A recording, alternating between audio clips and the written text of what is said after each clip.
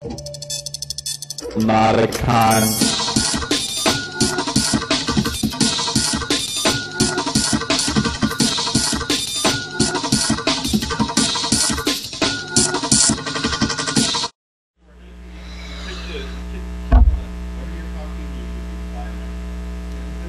Well, I'll try. Okay, so we're going to be giving them away, and since there are now officially more of you than we have things to give away, all of our slides have a movie quote on them. The person who identifies the most movies wins, and if anyone gets all of them, I'll probably end up having to buy them alcohol at some point.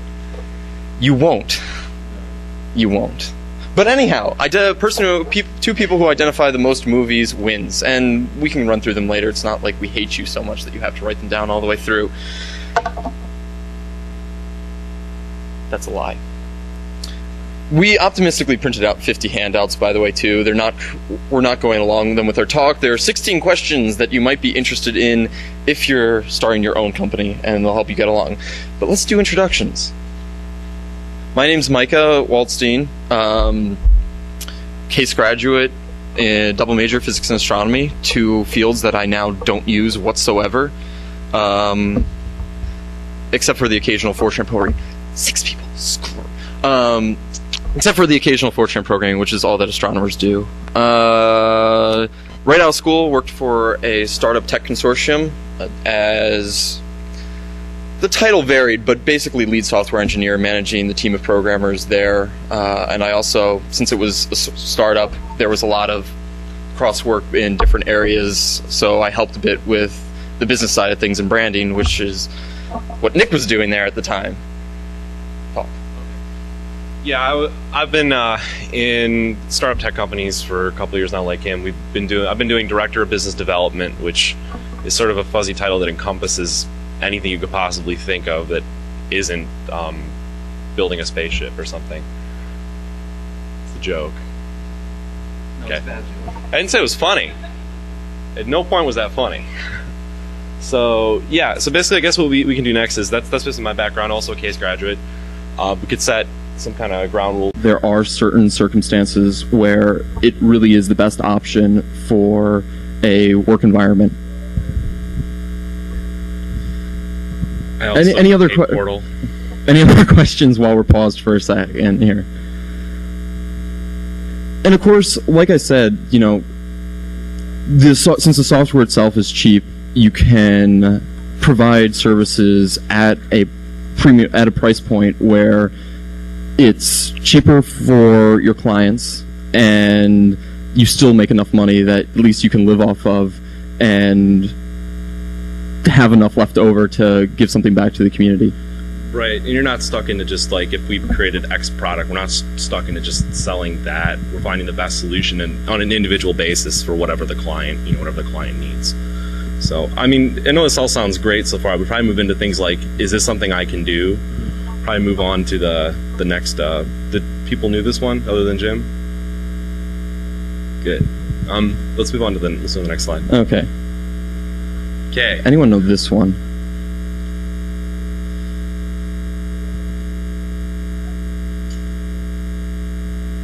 No. No.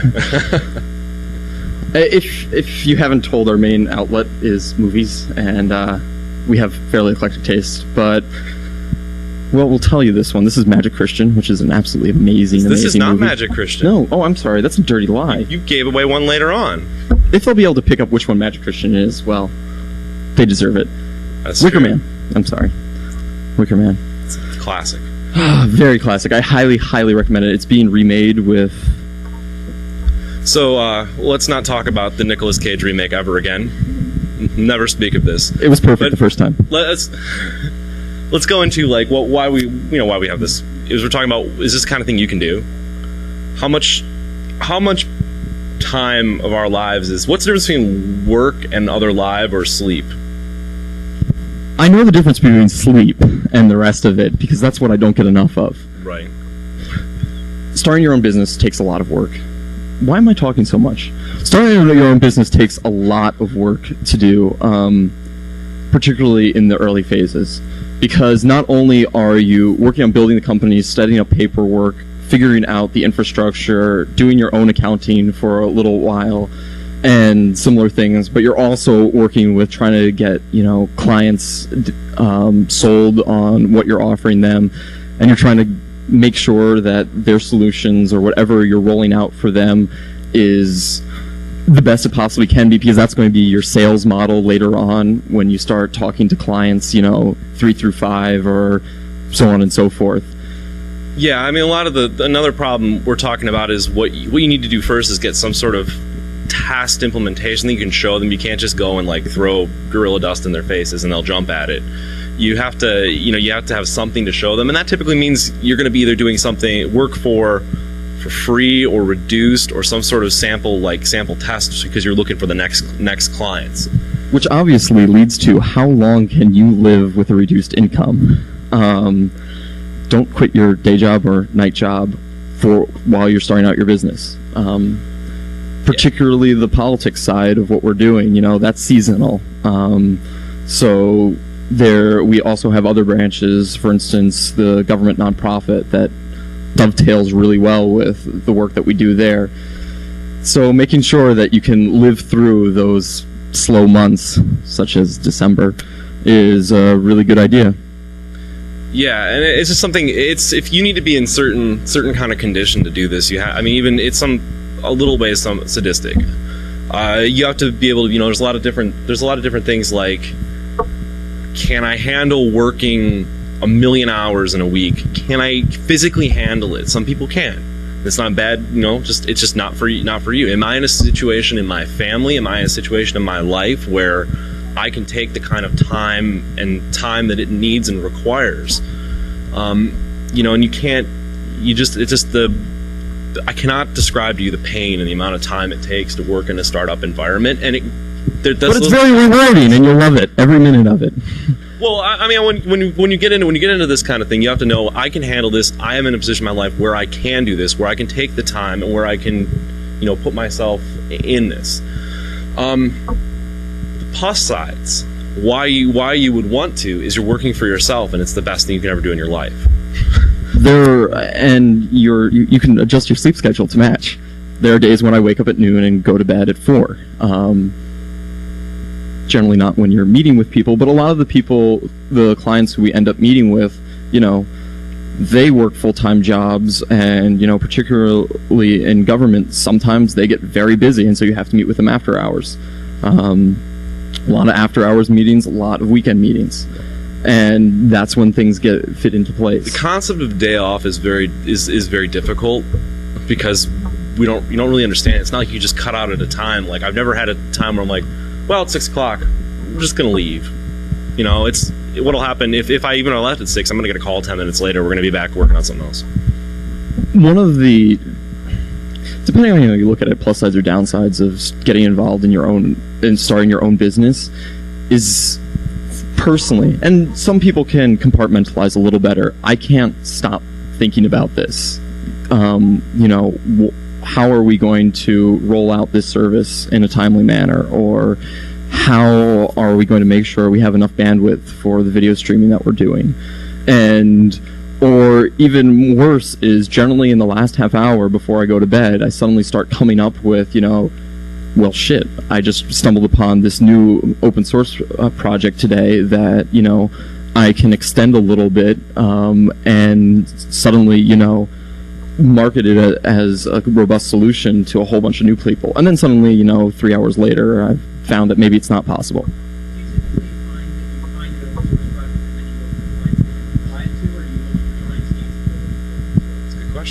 It goes both ways, I'll be perfectly honest. Some days, a lot of the times, for one thing, I don't even know where we are in the presentation anymore, but okay, we're fine. It starts in a couple of different ways.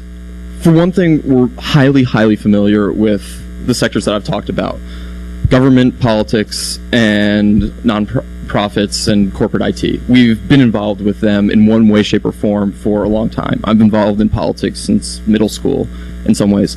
So we know the field, and then, you know, it's just sort of been percolating for a while. You know, I can take this and translate it into something that's of value to people. And, you know, I've done that for free in the past before we had a company in place to do it. A lot of these things take a lot of training to give people, and that's one of the key value-added services. Now, the other thing, my core competency is that I check the Fresh Meat RSS feed every 3 minutes. And I know every single piece of open source software that's gone across it for the past 4 years. So, for instance, when Nick calls me up and says, I've been talking to a guy who does construction and has no IT infrastructure, I can say, oh, you know, 2 days ago there was just a construction management piece of software released. We can probably, you know, find a way to work it into something usable for them. And again, I'm going to just mention that it's hard. Finding the proper language when talking about open source software is hard.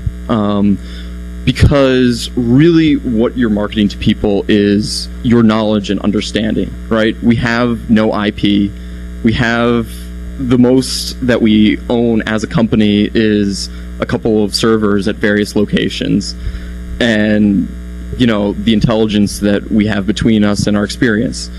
So when it comes down to it, you know, we're just selling ourselves, which is another side of the, is this something that you want to do? Are you confident enough in your abilities in whatever field you want to go into that you feel confident sitting down talking to someone and saying, I am the best choice that you have for getting this delivered?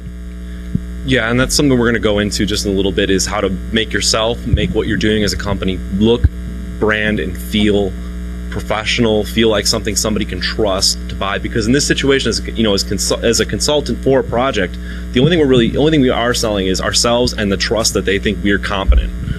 And you know, really, what it comes down to is that is our core. That's the core thing we have. So, yeah. And don't underestimate that. I mean, it's very important. People, particularly people who are not tech savvy necessarily, value your intelligence and your ability to do things. I mean, just being able to, you know, put up a simple PHP program that has a built-in installer goes a long way for a lot of people. And it's not, the thing to remember, particularly coming from the open source world, is you're not ripping people off by providing them with advanced services or solutions. They wouldn't get this information anywhere else. They don't have time to learn the nuances of the open source world and how it works and how you get support for things. And if you just serve as a conduit, you can make a lot of business, provided you find the right field. Yeah, there's basically no way they would ever use open source unless they had something to support. I mean, that's the situations we're coming into. When are we talking about proactively seeking clients? Let's move ahead. By the way, Cameron, one person's name I know. We've got 2 books we're giving away. Identify the most movies and you win. That goes for everyone else too. Is there anyone who doesn't know where this is from? Good. You get to talk for a while because my mouth's getting dry. I think we've actually covered what we were going to cover. What we're going to cover with this slide as a backdrop. No. So once you've identified what your skill set is and matched it to a market or an area that you want to go into, the next thing you need to do is make sure that it's actually feasible for you to follow through on it. For instance, there's an asterisk talk later today. Maybe some of you are big asterisk people, and, you know, I could go into, well, why did I bring up an example? I have no clue where I was going with that. Go with an example like construction management or something like that, or something. No, you don't know where I'm going, so that doesn't work. Let's say you wanted to go into, okay, this isn't an IT or open source solution option, but let's say you wanted to go into selling, you know, fast food hamburgers. Well, you might be really good at making hamburgers, but once you research the market, you'll find out that there's absolutely no way you can compete. Basically, we can argue that point, but what you need to do is you need to find out, one, are there actually clients who I can talk to who will buy from me in the early phases, particularly when you don't necessarily have a lot of examples. By the way, raise your hands. Anyone here been paid for web development? Just design?